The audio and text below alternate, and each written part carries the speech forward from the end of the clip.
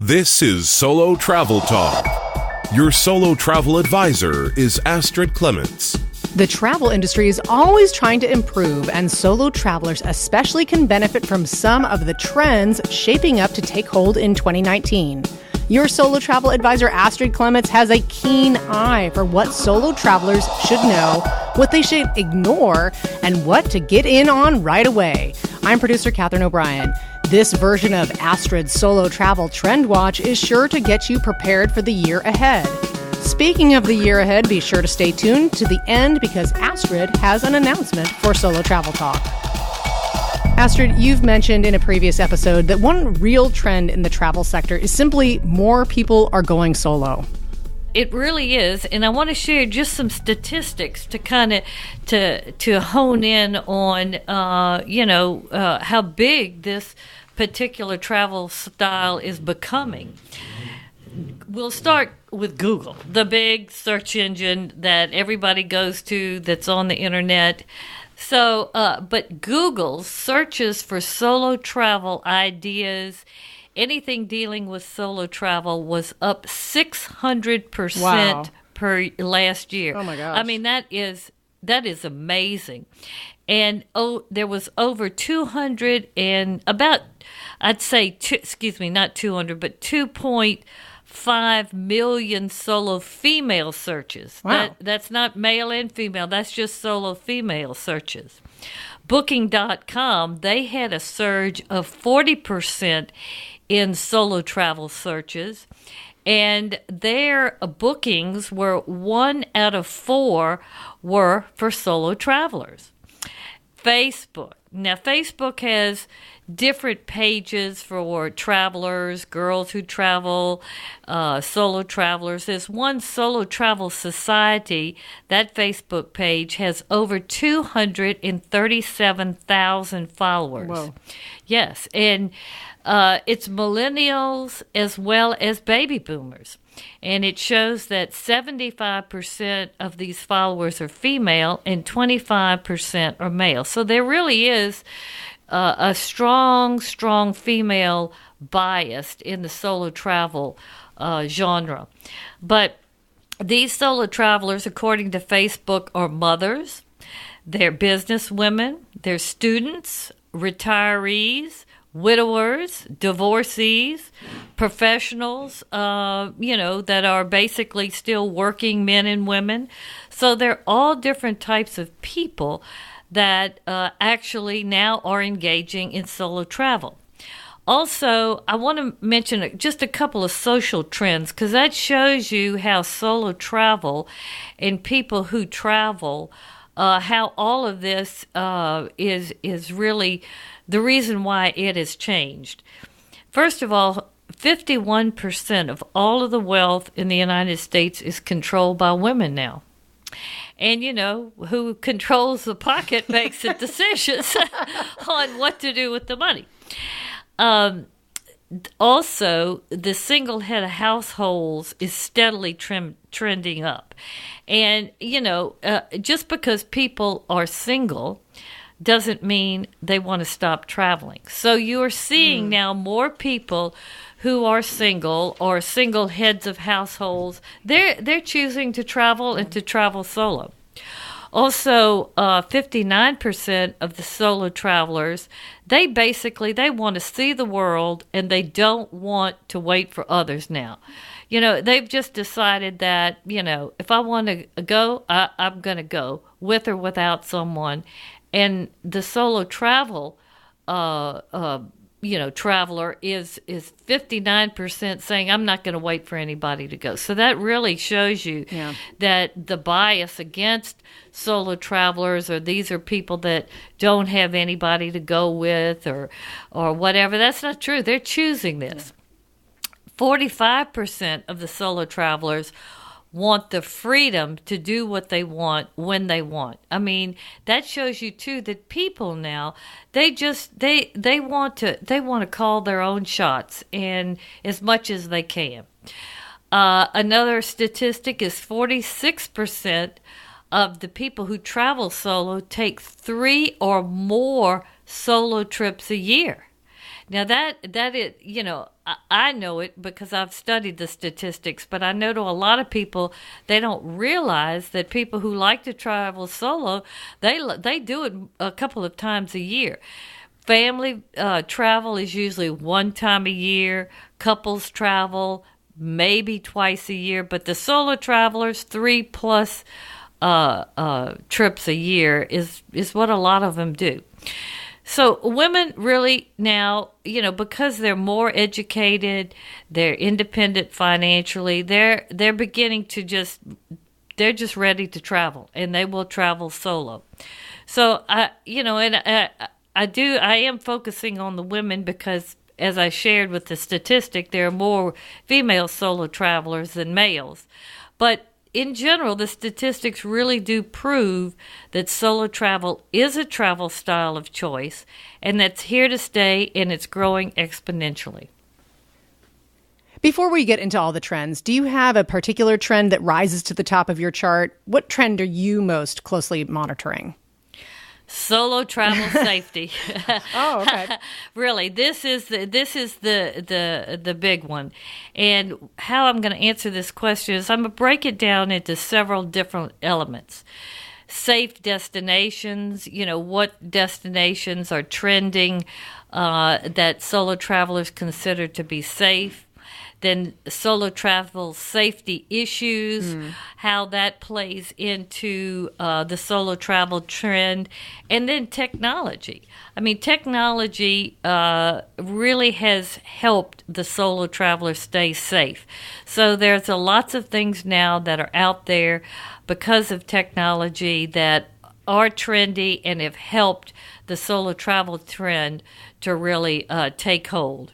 And then last, just some safe activities that, you can do that a solo traveler can feel comfortable in doing, etc. So some of the popular solo travel destinations are Hawaii, Alaska, the Caribbean, Canada, Peru, Australia, Portugal, Vietnam, Colombia, which is a surprise to some people because, as much as 10 years ago, the solo traveler and most travelers would have avoided Colombia because of the drug trafficking, and maybe, they just totally felt like there was nothing to do there. But it is very popular now and growing, and really growing because it's beautiful, and it has a lot of wonderful things to visit and see. It's a great place to relax, etc.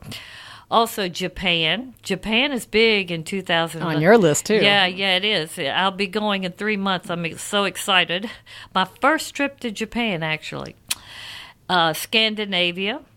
Then also Eastern Europe now is starting to be a destination more and more for any type of traveler because they've come through all of the communist period. They've also done a lot of refurbishing of the hotels and the different things that the architecture that was beautiful that maybe for some reason had been kept up. But Romania, Montenegro, Bosnia, and Poland are very popular in Eastern Europe. And then the super safe destinations of Singapore and New Zealand. So, this rounds out basically the list that the solo traveler is considering are safe and that are popular. I liked that you came in with your top trend. I first thought you were going to say solo travel, but of course it's the solo travel safety. So nice Astrid twist on that. Oh yeah, that's it. Yeah. I mean, when the searches come in, and even on my website, Astrid Solo Travel Advisor, we get a lot of hits on everything that I talk about, dealing with safety, how to stay safe, where you're going, say if it's in Paris or in Vietnam or whatever, and we've done several podcasts dealing with solo travel safety. Safety is number one. Yeah, there you go. Okay, well, in my mind, I'm calling this the Astrid Trend Watch Show. So what other trends? Wait, I haven't finished. Sorry. You, I'm jumping ahead. I'm sorry. Yeah. Okay, now technology has played such a big part in this safety trend. Okay. And, everybody has now some smartphone, or most everybody, especially who travels solo. So you're connected 95+% of the time. You might go somewhere off the grid that there's no real connection, but for the most part, you can Skype, you can FaceTime, you can phone, you can text, you can video, email. So the traveler now feels safe traveling solo because of, first of all, the smartphone. Then you've got all of these apps, and these apps are also trending more and more, whether they're language apps that do translations right there that will actually voice answers and help you navigate anything that perhaps you are really having some kind of difficulty with. Then you've got, all the direction maps, apps. It's hard to get lost now. And before, you had to really know how to read a map, and you had to have some sense of direction, and you could feel out of sorts if you were beginning to really get turned around or lost. But it's hard to get lost now with these good apps. It really is, because it tells you go back, turn around, all kinds of stuff. Then you've got the wonderful STEP app, which is the Smart Traveler Enrollment program sponsored by the U.S. Travel Department. Our unofficial sponsor for the Solo Travel Talk Show. Oh, yes. I love this app, because this app, when you're traveling solo, you can log in your trip, all of your information in terms of your email, your text, your phone numbers, also of family members in case there's some kind of emergency. Say you're involved in an accident, you end up in a hospital and you can't really communicate with the doctors. If you're enrolled with STEP, there will be a representative from the U.S. government that will help navigate until they can get a family member involved, or you're able to do it. Plus, if there's a natural disaster, or say some kind of terrorist incident, or something that the U.S. traveler needs to be warned about, they send you text or warnings telling you avoid this area, or if you need to, say, evacuate, some of the ways to do it that they recommend, etc. So it's like having. Well, they have these guardian angel programs in different areas of the world. If you go and you want to make sure that if something happens, you have somebody to call and they can help you work through whatever issue you have. This is an app that's kind of like a guardian angel that's tied to the U.S. government. So for U.S. citizens, I recommend every trip you go on that you're traveling solo to log in your trip. It's just a smart solo travel practice.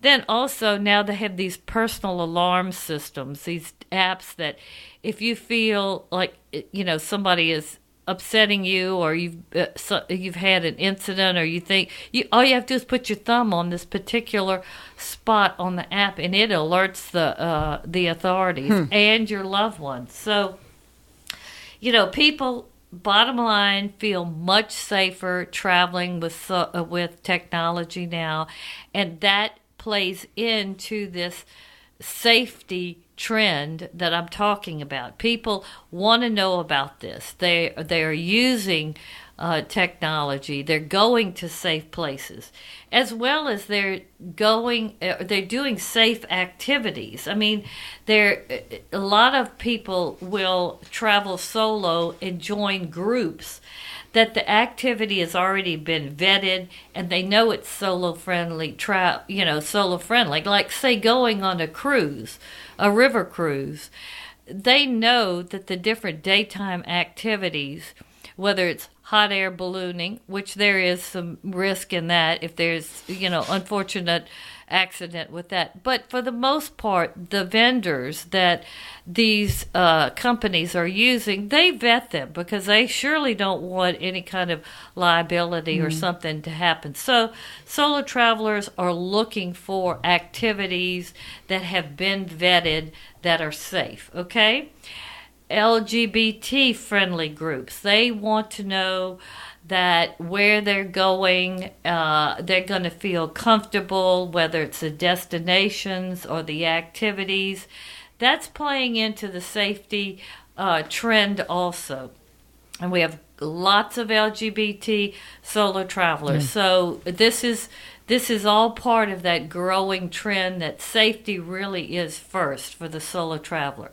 Also, rail travel is becoming more popular with solo travelers because there's an inherent safety factor. Say you take a rail tour or whatever, they like that. I'm not saying totally rail travel anywhere in the world, but rail travel is one way to get from point A to point B in a different way than flying. And, solo travelers, rail travel was really big about 30 years ago, 34 years ago, especially through Europe, Eurail, everybody was doing it.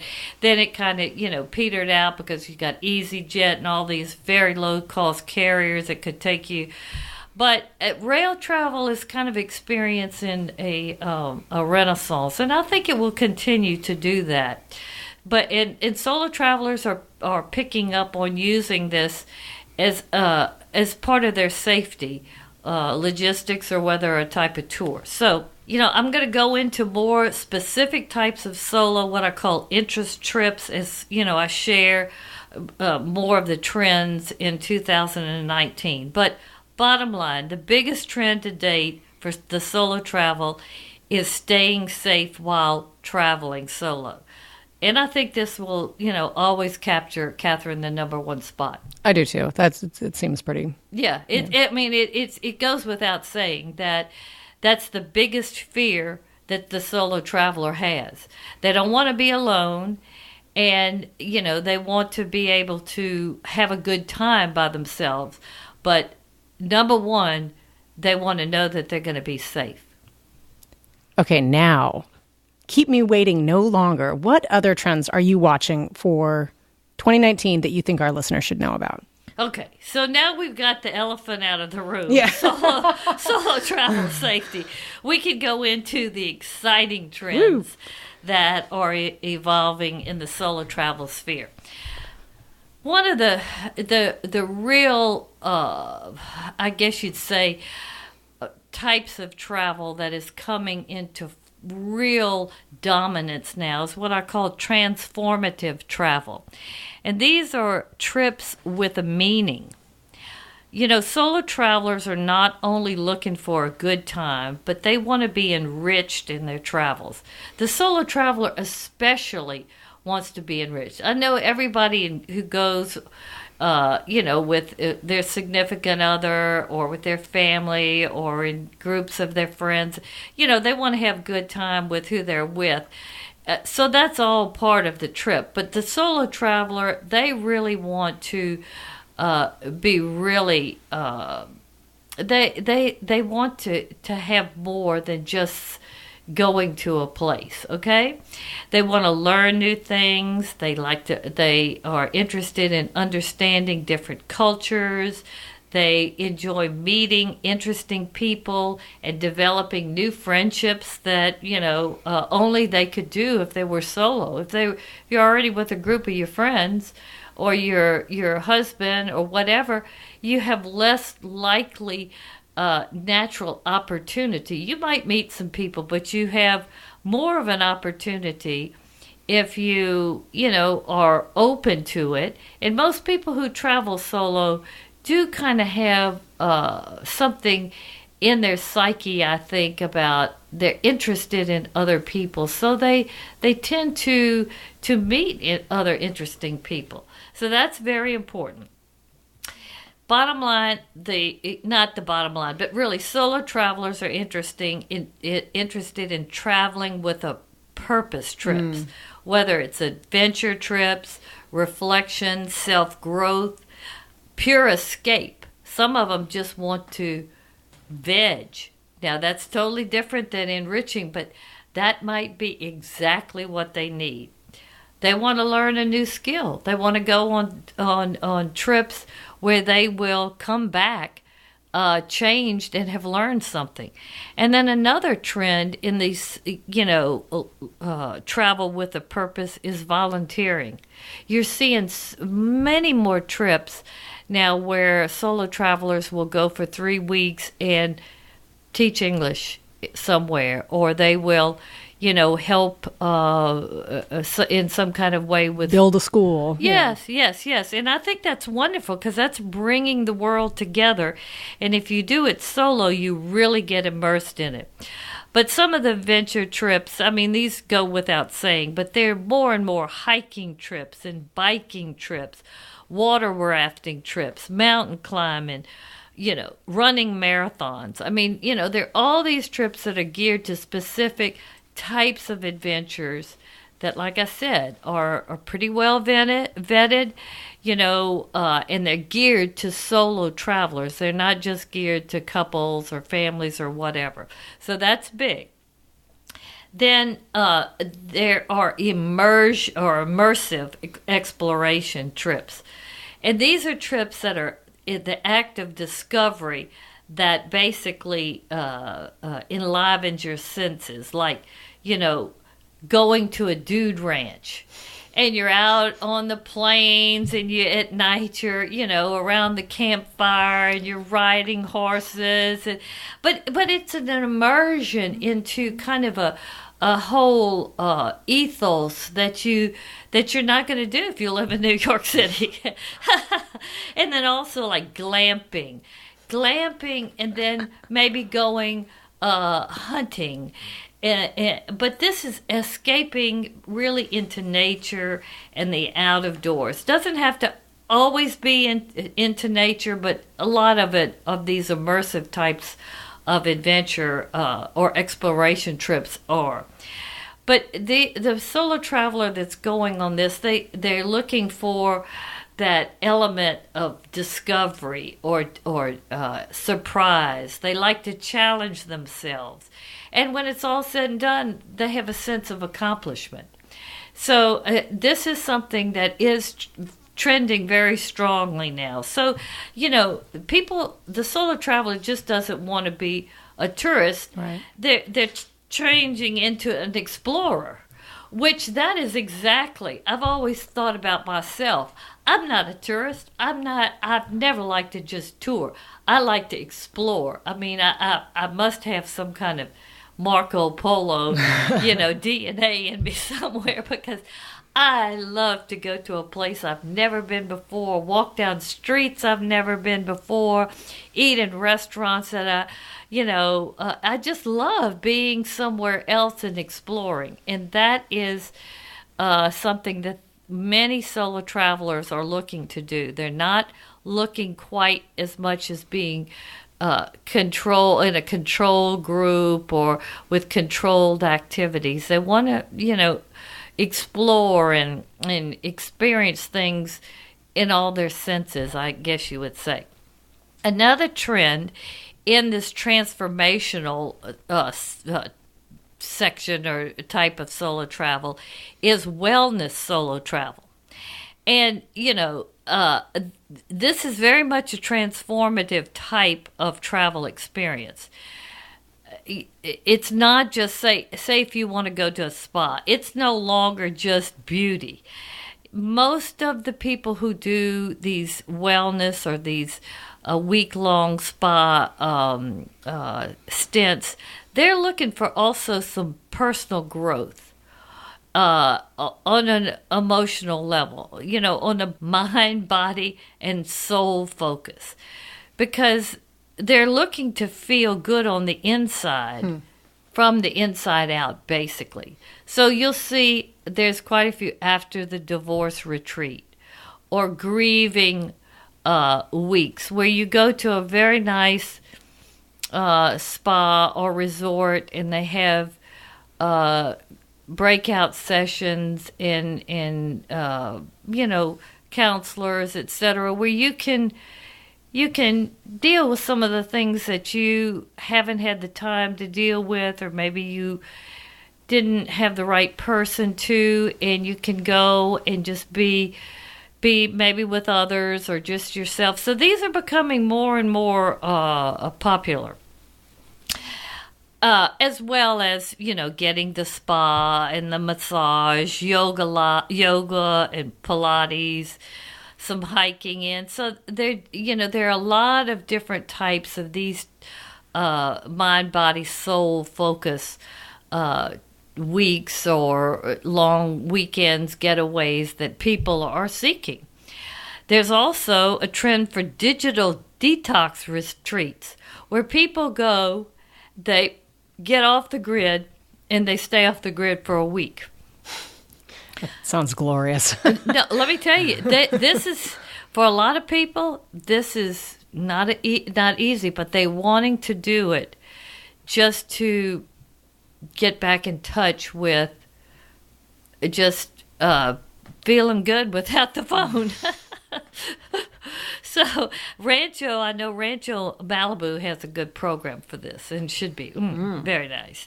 Then another trend is sleep retreats or silent retreats, where you go either, say you need to develop better sleeping habits, or you've got an issue with sleeping. This is a whole week or a long weekend dealing with sleep, letting you sleep, helping you sleep deeper, trying to figure out why you're not sleeping. I mean, just to talk about it sounds wonderful. And then silence retreats. That's a big thing. People are seeking mindfulness. They're seeking being quiet. What do they really feel? What's really bothering them? And, they can't do it in their home environment. So this is becoming more and more popular in the wellness stage. And then you've also got preventative wellness, where you go to these different clinics in Europe and different places where in Asia, you could go to a Eastern or an Asian type of medicine focus, and you'll get a physical, and then they'll work with you with acupuncture and the different things that they use in order to, say, strengthen your kidneys or, whatever. But this is becoming more and more popular. And then the last, I think is really kind of funny, sugar detox. People are really starting to worry about the effects of sugar on their health. And a sugar detox is also one of the wellness types of getaways to help you get your diet back in shape. So, these are just some of the wellness types of trips that the solo traveler is looking to, and really any kind of traveler. So if you're interested, just get on Google and Google sleep retreats or whatever. You'll see all kinds of information about it. Okay, now another subcategory in the transformative travel are curated trips, or trips here again with a focus. This is, self-explanatory. It's where people want to learn something. So typically you've got your food and your wine tours, whether they're day tours or they're longer tours. And you'll have cooking classes. You'll go to the markets, wine making classes. You'll go out and pick the grapes, and, you'll even stomp on them if there's all kinds of stuff. But, this is really, people love the food and wine oriented trips that are more than just learning about it. They want to really get the whole full circle of it. And I shared I'm getting ready to go to Japan in a couple of months, and I was looking food tours in Japan. There is one food tour, and I can't remember the name of who offers it, the vendor, but it is like a 10-day food immersion in Japan. Oh, God. You should see. I mean, I thought I was good. I wish I could do that. that would be a wonderful way to be introduced to Japan. But, because I have my website and a focus on affordable luxury ideas for solo travelers, that's a little bit too specific. But boy, that sounded very tempting. It does. Also, I saw one culinary exploration in Sri Lanka, which looked really interesting because Sri Lanka is is basically India, but it has a little bit different type of essence to it, and that actually looked enticing also. And then the last one, you're going to just die. This is a type of curated trip, and it was so funny when I read it, I wanted to talk about it. You can go to farm school in Austria. You can learn how to milk cows. You can learn everything you want to or need to know to run a farm. So if you... How cool. Yeah, is that cool? Now, if you want to completely do something you've never done and get down to the basics of, just being out there with the animals and everything, I mean, this might be something that is a life-changing moment. Not that you'd be a farmer, but I bet you will think about a lot of very interesting things, and I bet it's quite fun in the final analysis. So, I thought I would... mention that. So, okay. And then you've got the next category, which is basically your culture and your history-specific tours. Lots of people like to do this because it really does give them a chance to really understand a culture much more deeply. And, there are a lot of people who kind of... they want this. They don't have a food focus. But things like art and architecture in Russia. I mean, the arts in Russia are unbelievable. They are at such a high level, whether it's the visual arts or the performing arts. And the architecture is out of this world because it's so exotic. Theater in London, that's another, people who really love the theater to go spend a week in London and see different plays and musicals. And then enjoy London during the day. Oh, lots. That sounds good. Wonderful. Also, Carnival week in Venice. That's also, it's difficult to really make happen because, It's so popular. Yeah, it's so popular, etc. But these are trips that people are looking for, and solo travelers. How can I do Carnival in Venice? Discovering Egypt, doing a Nile cruise, understanding, the ancient civilization of Egypt and Egyptology. These types of trips, curated trips that, focus on history and culture. My trip to Egypt, I have to say, was one of the top 3 life-changing trips I've ever had.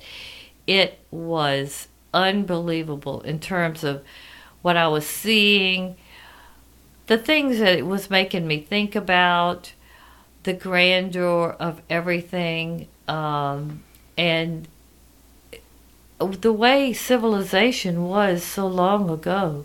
It just blew me away. I loved it. And then, of course, you've got your religious-focused tours in Israel. They're very popular. So, transformative travel is not just, fun and going to the must-see sites. It's a type of travel that solo travelers are demanding now more and more because they do want to come home from a trip and have been transformed. They want to learn something, they want to do something new, acquire a new skill, meet new people from different cultures, understand all these different foreign cultures on a deeper level. They don't want to continue to have the fear or an unknown bias because they have not themselves gone there and made their own opinion up.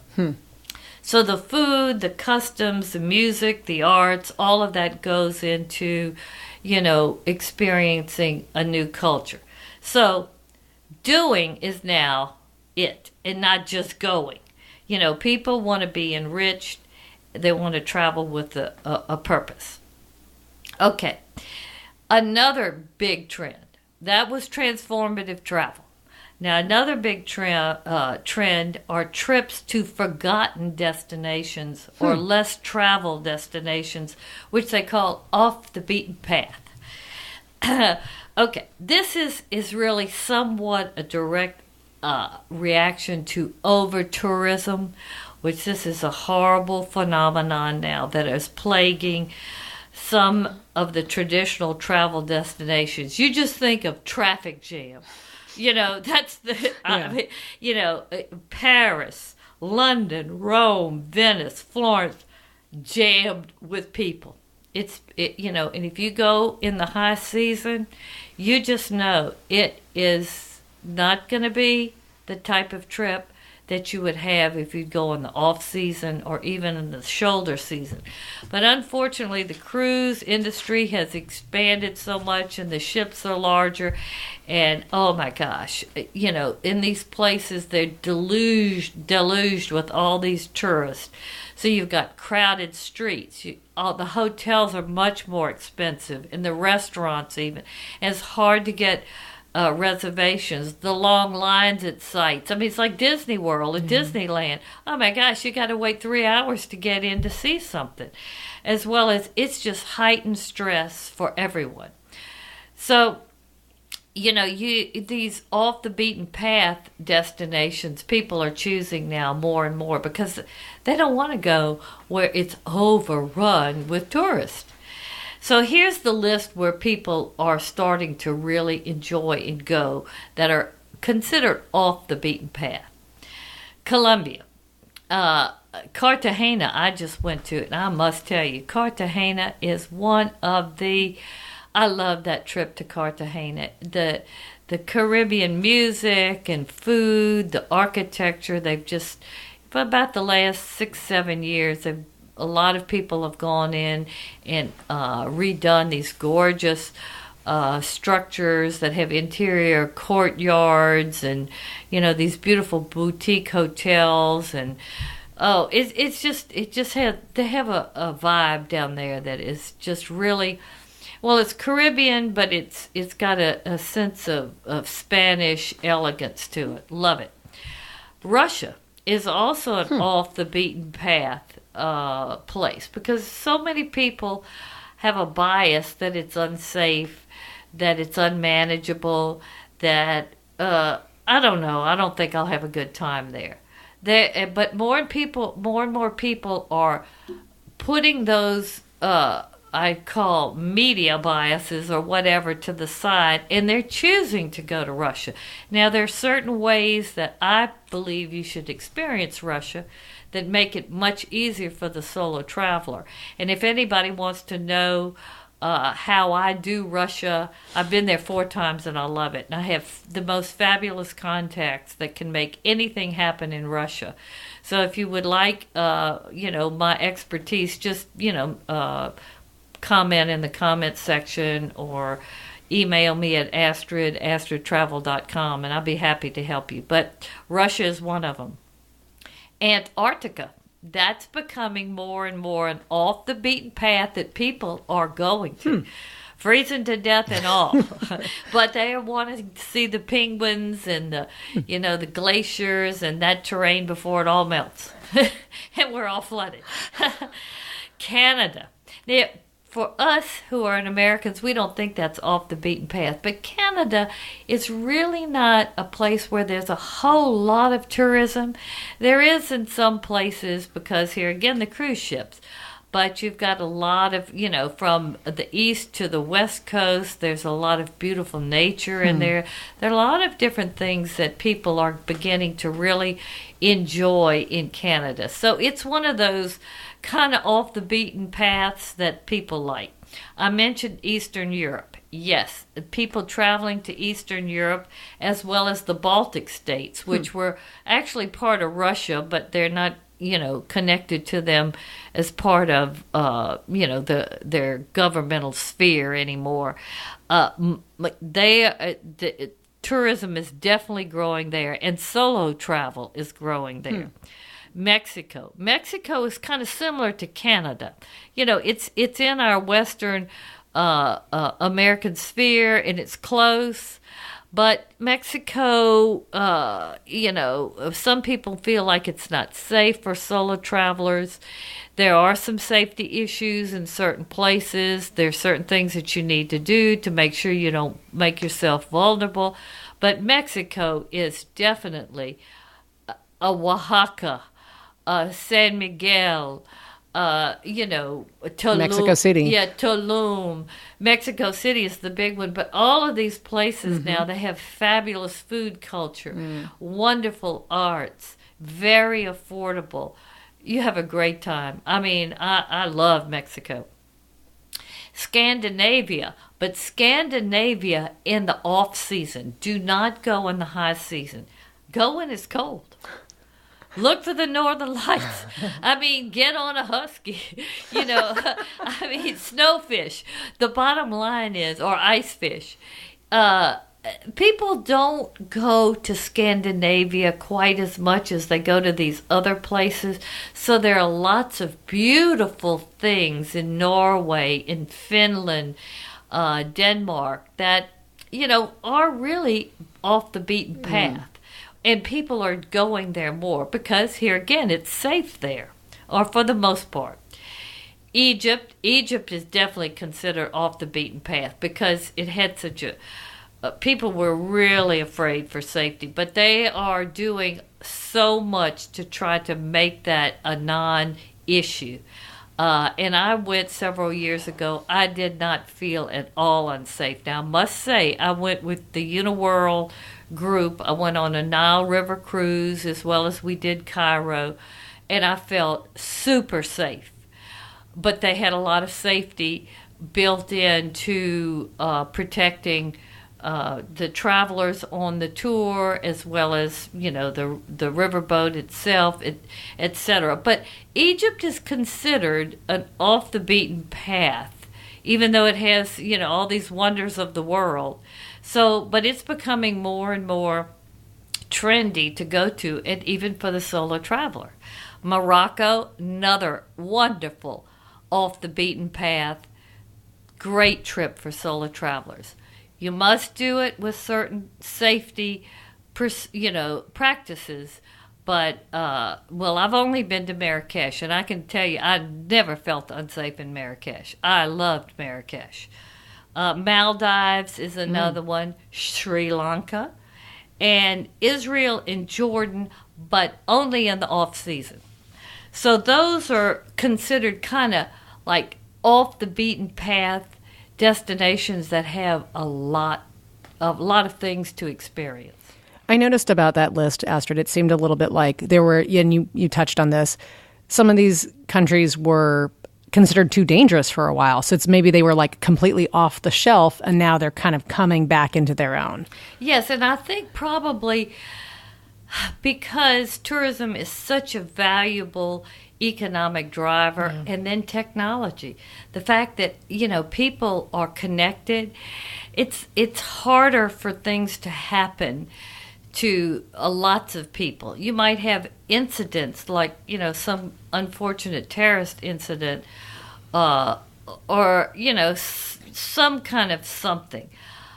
But besides that, people are so on the grid that it's hard for a lot to happen like it used to and not ever be known, and, you know, if somebody disappears.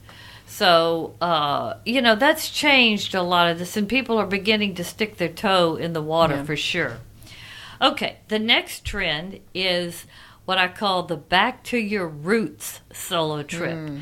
And this is basically heading to the homeland of your ancestors.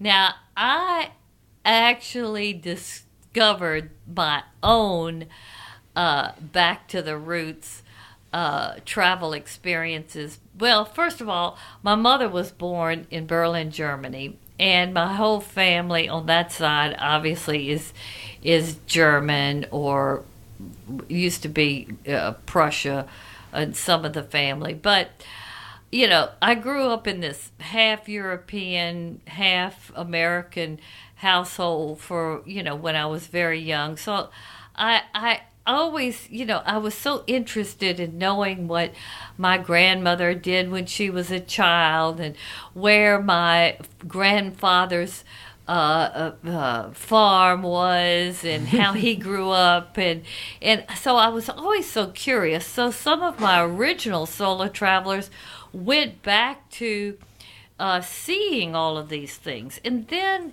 about 10 years ago, I saw on the internet that National Geographic was doing what's called the Human Genome Project.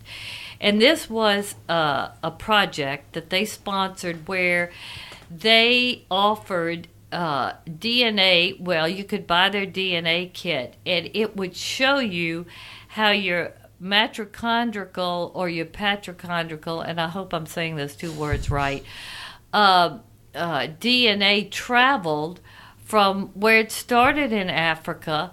And like for females, it only goes through your female line, and it shows actually the different ethnic groups and locations in the world where your female line migrated through the centuries. So I thought that was so fascinating. I did it. I've actually done it with National Geographic twice to make sure it came out exactly right, and it did, and they've upped the results. But that was very fascinating to me. And then now you see Ancestry.com has it, 23andMe. 23andMe also goes into, different types of health issues that you possibly can develop because of your DNA. But back to the travel aspect. I had my back to your roots solo trip, what I call aha moment, the second time I went to Russia. The first time I went to Russia, I was blown away because I felt so comfortable there. I loved the people. I thought, I just felt a sense of just relaxation, and I just loved Russia. And I thought, why do I love Russia? I mean, this is so weird that I would love Russia. But I didn't think any more about it. I just thought, oh, God, this is wonderful. So the second time I went, I think it was the third or fourth day, it came to me. The reason why, or I had this aha moment, maybe the reason why I love Russia so much is almost a half of my female DNA through the centuries went through the Russian territories, from the southern part of the Caspian Sea up the western coast through Azerbaijan, Baku, and then up the Volga and all the way up till it turned going west. And I guess it's probably Belarus, and they probably went through Minsk to Poland and then to Berlin. I thought that was amazing. And I can't say that I don't believe that. I mean, there's no proof there, but and I think other people have been experiencing that too. And I think that's some of the reason why this testing is going on. And then it's wonderful to go back and find your ancestral homes. I've done it. I've found the farm. I even had the opportunity to buy the big manor house back and everything. But it changed so much. And, it's in Poland now. It's not even in Germany. And it just didn't make any real sense. But I got to meet the gentleman who lived in there. He's corresponded with me. I've gone back several times. I mean, it's just special. Then I've met all of my relatives that I can find that were behind the wall and everything. So, to trace their footsteps and to go to these places, are very interesting. I've been to Berlin and what's called Vapritz, which was Prussia then. Now it's Gorzo Wielkopolski. But also I've been to south of Paris, to Joigny and Normandy, where my father, their whole family was French, was from. I bought the book about my great-grandmother, the seventh time removed. She was married to a very infamous Roy, and there's a whole novel about her life and everything. I mean, I've done all kinds of stuff. I still haven't gone, though, to Quebec, which, that's where they... Canada's on the list. Yeah, Canada is on the list. So, but it's back to your roots solo travel. That is a big trend, and I think it will continue to be a trend because there's some substance there that you can't really explain. Okay, the next one is basically the bucket list destination. I mean, this is popular with, couples or anything, but also with your solo travelers. I mean, there's certain things that you got on your bucket list. You mentioned the 7 continents of the world to me prior to when we started taping the show. There are a lot of people who want to go to every continent in the world, me included. I only have 2 left, but that, they're going to do it solo. Some people take around the world solo trips, of which I've done, and they go to all the continents as part of their itinerary. But then you got your standards like the Great Wall of China, pyramids, the Northern Lights, safari, the Wailing Wall, in Israel. All of these are bucket list kinds of things that, certain people, they really, before they leave this world, they want to at least walk there and take a photograph. Me, this year on my bucket list is Japan, India, and Australia. I mean, I really have wanted to see the Taj Mahal and go to India for so long. And in Australia, I mean, it's a fascinating place. It's a very huge country, difficult to really completely do well, but the airlines and the rails are pretty good now, so I'm gonna do Australia and New Zealand. So those are my bucket list 3 big trips this year. Now the next trend is road trips. Road trips for the solo traveler. I mean, you most people don't think about it, but it's becoming more and more popular. And some of it, I think, goes back to the people who are doing it. A lot of it are baby boomers. And that's how they traveled. When we were kids, we got in the station wagon, or we got in the car. My father had a convertible Corvette. I'll never forget. We took a road trip from Baton Rouge, Louisiana to Miami Beach in this convertible red Corvette. Well, my sister and I sat in the front seat, the passenger seat, the whole way while he drove. It was so much fun. We stopped everywhere we wanted to go. People older, they love those road trips because that's what they experience. And it's really becoming, it's more and more popular.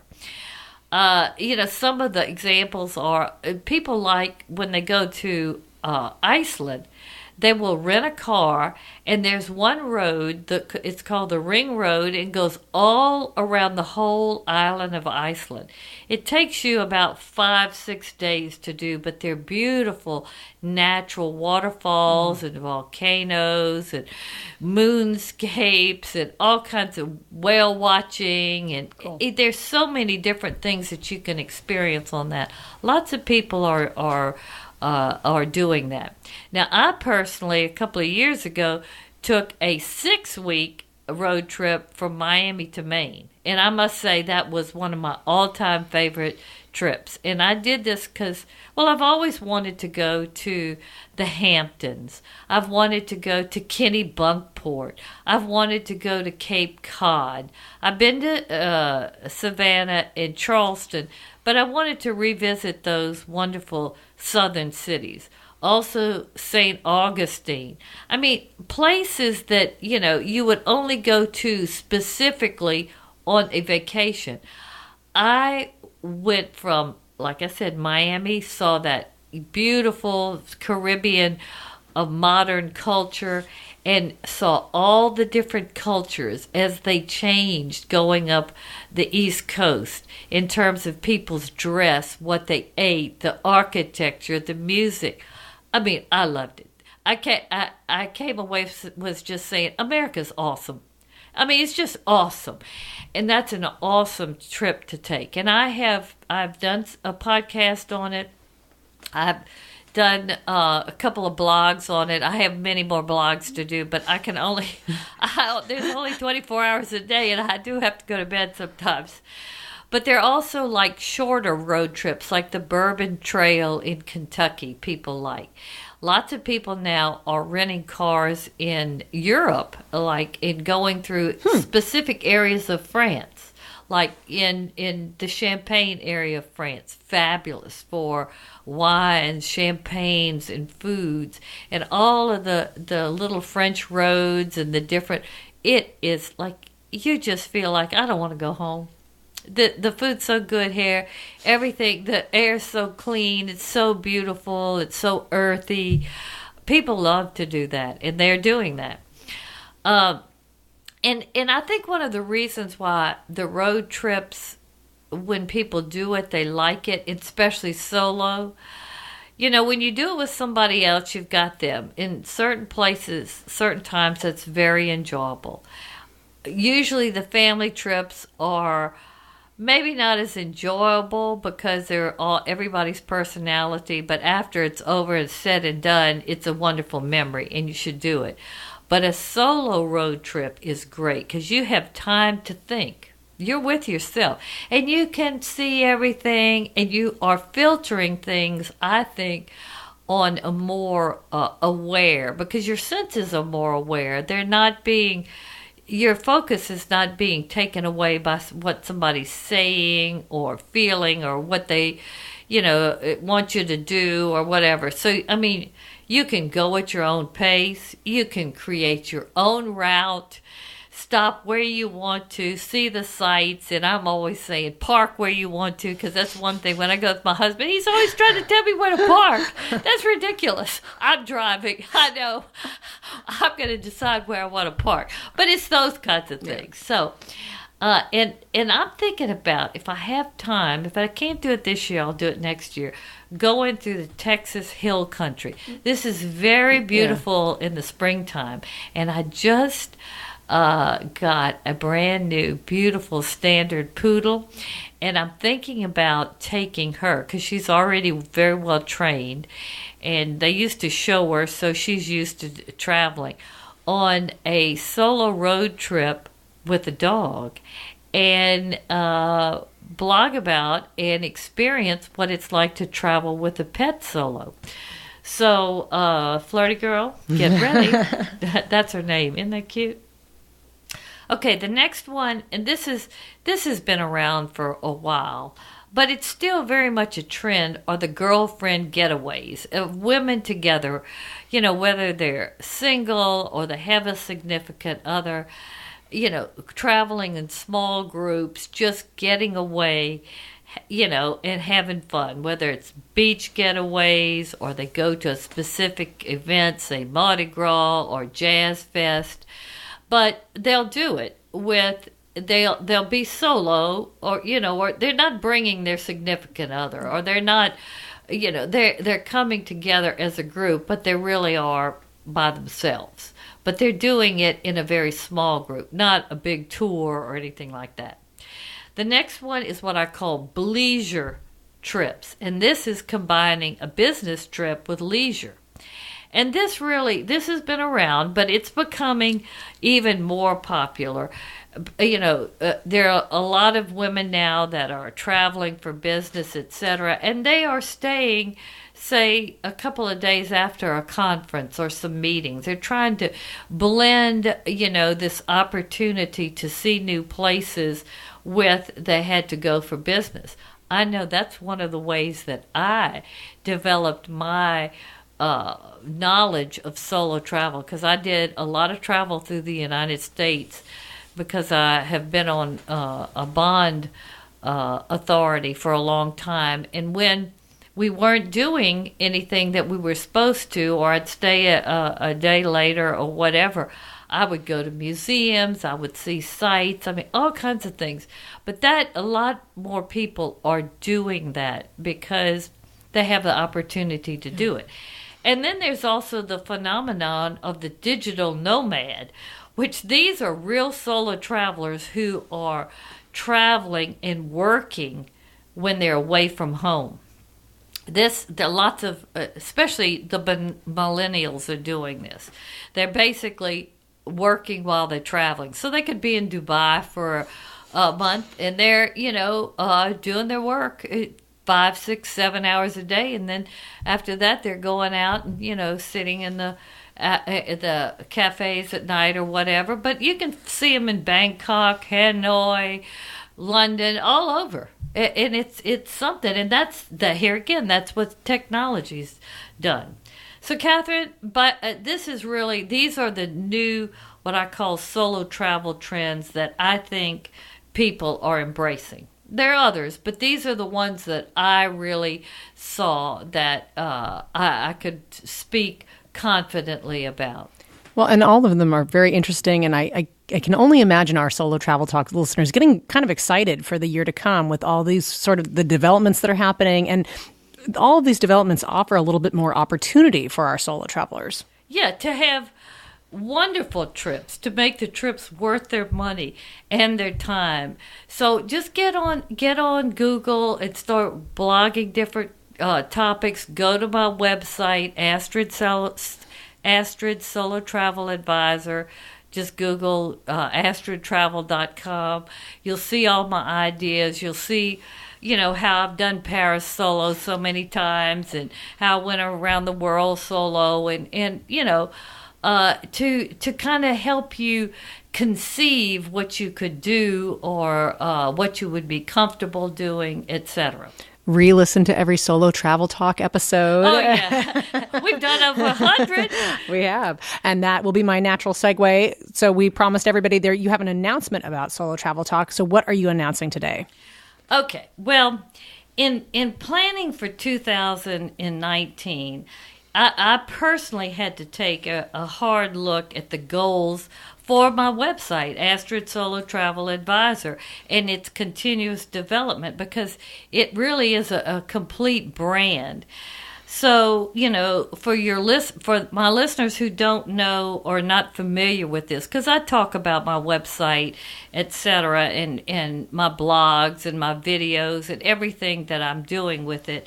This website is a multi-platform structure that has blogs, videos, travel resources, and a marketplace. Plus my solo travel talk podcasts, where they're all loaded to the website. So, it's very easy for somebody who doesn't know anything about podcasts to click on that particular icon, and it lists all the podcasts, and they can listen to it. They don't have to read the blogs if they want to get, information on a certain topic. But I focus on affordable luxury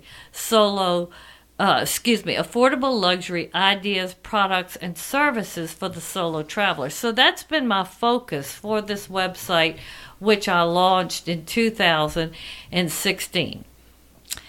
And at the end of 2018, I had an in-depth audit of the site, because I have over 450 blogs, and I felt like that I needed to know, do I need to do things more modern, or with technology things change so much, so you have to know if you are reaching the people who are looking for the information.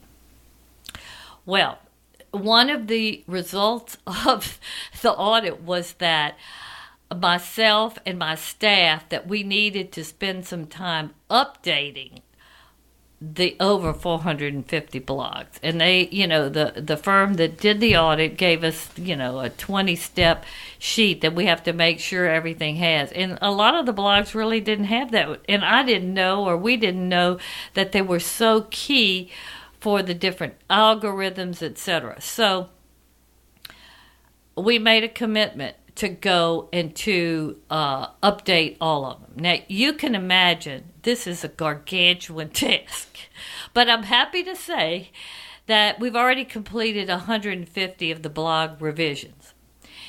And just for me to say that, it makes my head hurt. Phew, yeah. I mean, I'm telling you, this is really dedication. But we've got 300 more. So I've set this goal to have this completed by the end of February, maybe early March. But also with that said, and I'm going through this because I want you to understand at the end where all of this is leading. In 2019, I'm going to launch the Astrid Solo Travel Club. And this has been in the works for 2 years because I've had so many people come to me and ask me to put together small group trips, like 4 to 6 people that are affordable but have that luxury element to them. You know, we will be either transporting people in limos or very small, nice Mercedes vans. But these will be curated, theme-based types trips, like I told you. You know, so many of my followers, they say, well, I want to go and do your cultural trip to St. Petersburg. I did one trip that I did for the Arts Council of Greater Baton Rouge that focused on classical dance. I mean, the Russians really are the best ballerinas in the world. And we had a fabulous trip that focused on classical ballet. But also we ate in fabulous restaurants. We went to the most beautiful churches and palaces that you can imagine. And I have such wonderful contacts in Russia. They got us in to see things that you cannot do. So, you know, I have a lot of people say, oh, Astrid, do it again. I want to do it. So, you know, some of my other trips was like a fashion and makeover 1 week in Paris where I met with a stylist. She did a makeover for me. And I have to say, I'm a senior citizen who's retired. So, you know, when we get this age, we want a makeover. So I decided I wanted to meet with a stylist in Paris and let her really tell me what she thought was right for my look. It was fabulous and not that expensive.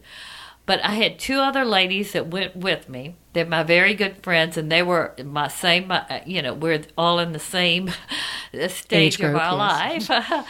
And we went to the Yves Saint Laurent museum. At the time, they had the Dior exhibit at the Louvre. But we did fashion-oriented things, and we went shopping on the best streets.